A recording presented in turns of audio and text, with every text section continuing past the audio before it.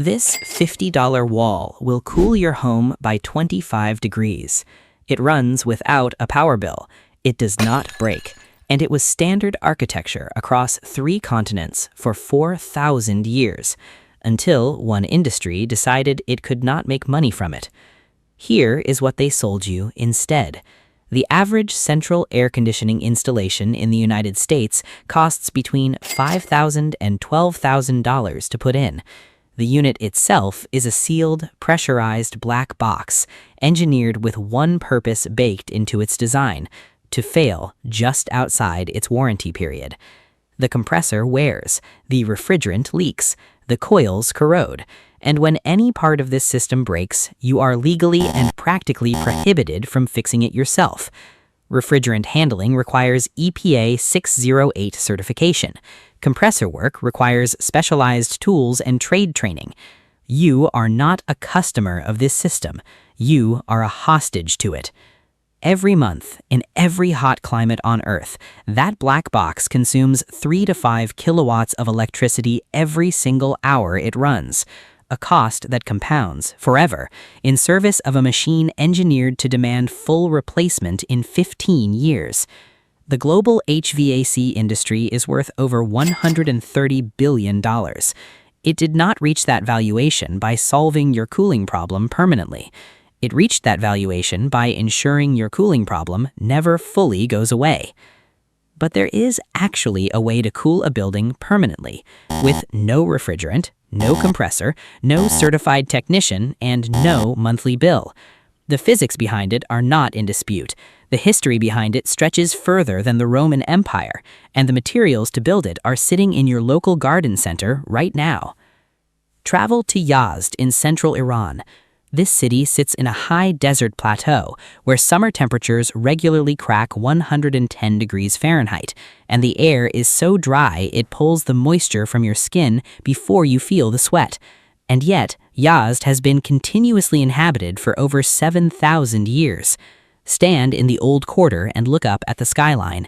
It is covered in towers, tall, 4-sided, open-faced structures rising 30 to 40 feet above the rooftops. These are bādgīrs, wind catchers. The Persians were building and refining them from at least the 5th century BCE, and they are still standing, still functioning, still cooling the rooms below. Each tower is oriented to the prevailing wind.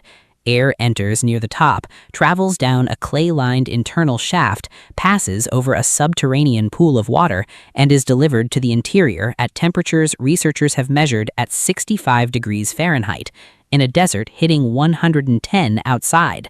No electricity, no compressor, no refrigerant, no maintenance contract, no replacement cycle. The same system that has been operating continuously for over 2,000 years. But the Persians did not stop with wind catchers. They built yakhchāls, conical ice houses of mud brick, some of them 60 feet tall, with thick insulated walls and underground storage chambers dug into the desert floor. In the middle of a desert, they harvested ice from shallow winter pools, stored it in these clay-walled chambers, and delivered chilled water and chilled food through the burning summer months, 4 centuries before the birth of Christ. The yakhchāl worked by the same logic: thermal mass, evaporative cooling from the outer clay surface, and architectural geometry working together to hold interior temperatures below freezing, while the world outside baked at 100 degrees. The Persians were not alone in knowing this. In Mughal India, households at every level of society hung screens of vetiver grass, a dense, fibrous root with extraordinary water retention, in every doorway and window through the summer. These were called khas purdas. The screens were kept continuously wet.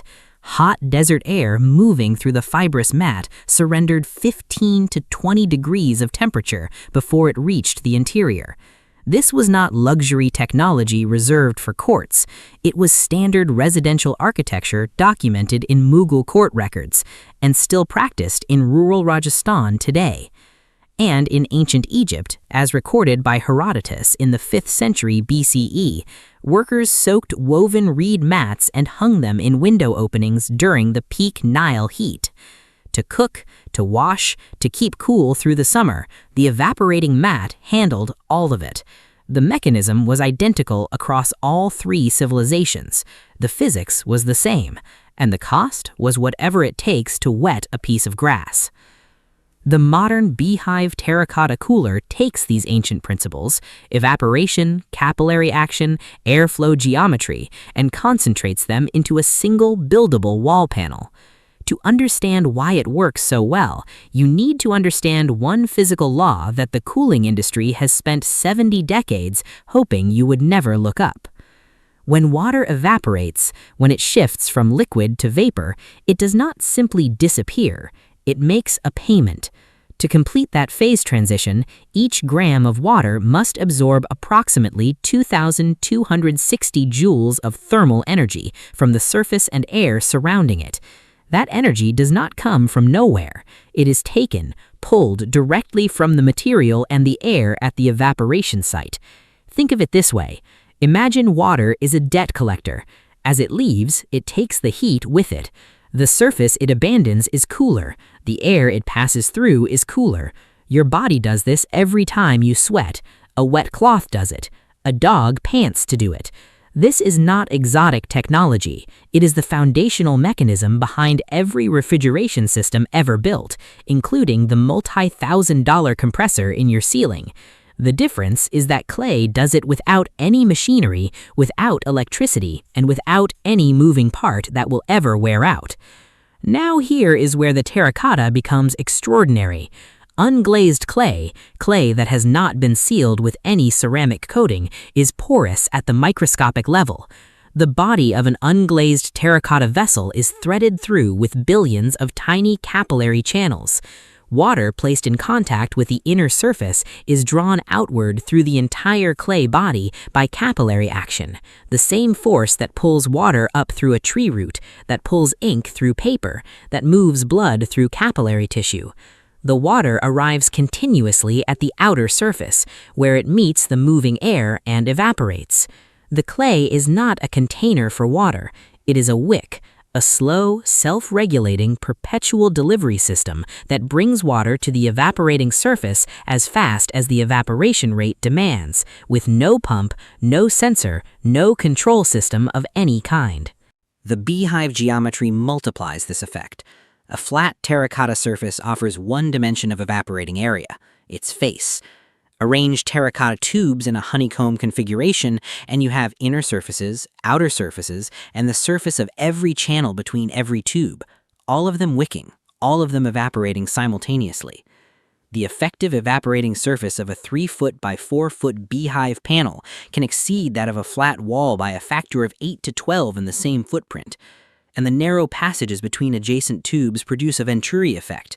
Air moving through a constriction must accelerate, and faster-moving air strips water vapor away more efficiently, driving the evaporation rate higher.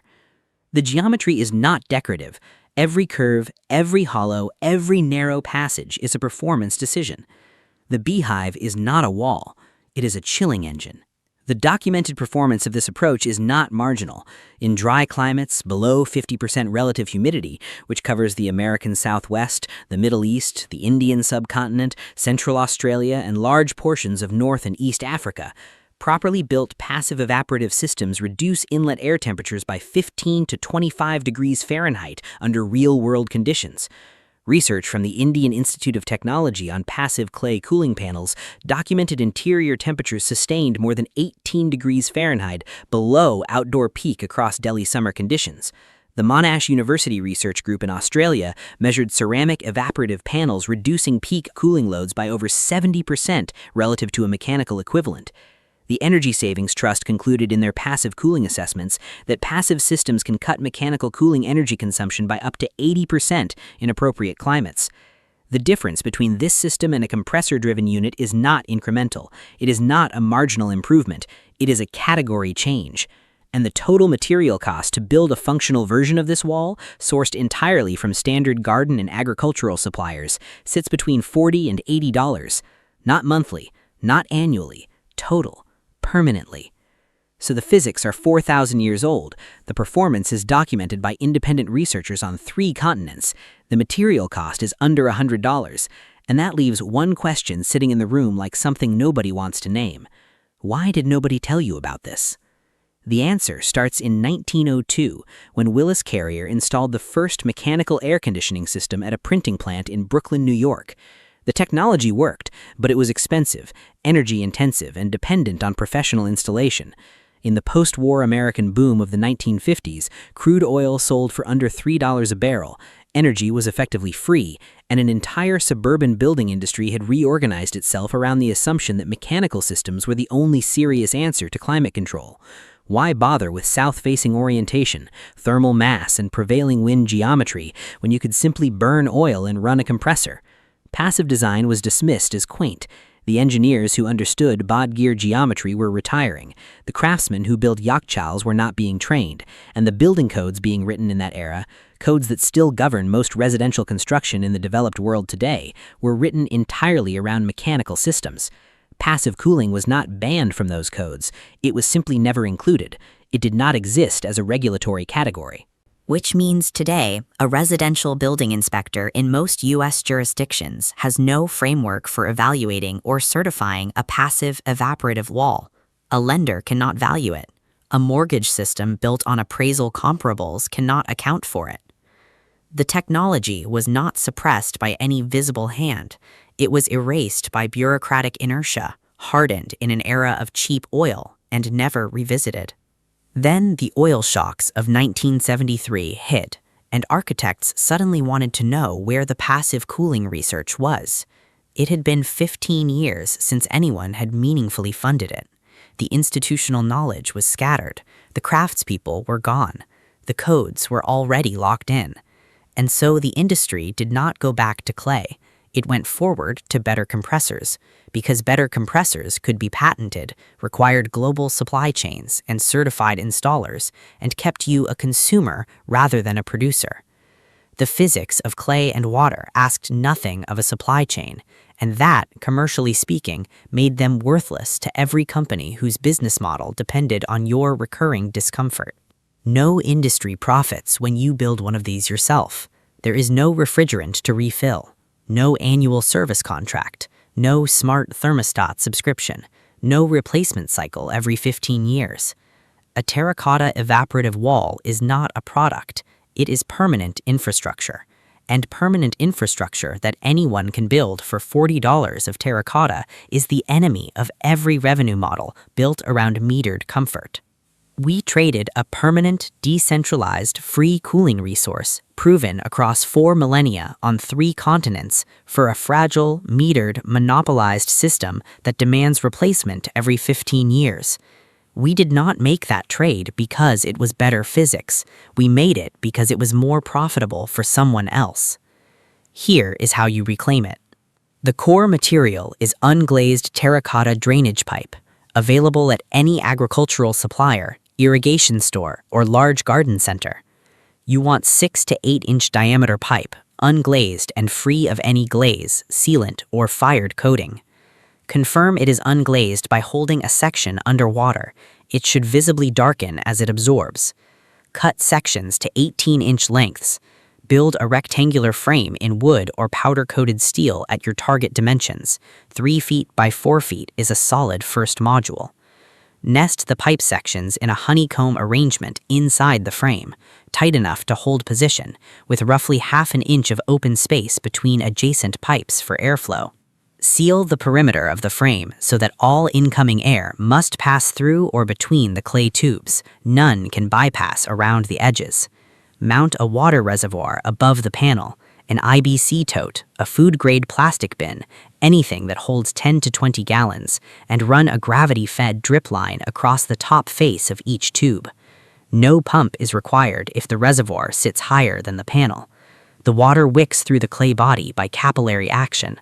A 12-volt DC fan, a server rack fan, available for under $15, draws air through the panel and into the room. A single 10-watt solar panel powers it indefinitely. The active portion of this system runs on less than 20 watts. The passive portion of it runs on nothing but physics. The one rule you cannot break: do not allow standing water to accumulate at the base of the panel. Stagnant water is where bacteria and mold establish. Your drip rate and drainage must be calibrated so the clay stays continuously damp, but the catch tray at the base stays dry. A return line from that tray back to the reservoir closes the loop and eliminates waste. This calibration takes 1 afternoon of adjustment after installation. For open-source plans refined across multiple builds, start with Matthias Bichet's documented terracotta cooling project, available freely online, iterated across South American and Southern European climates.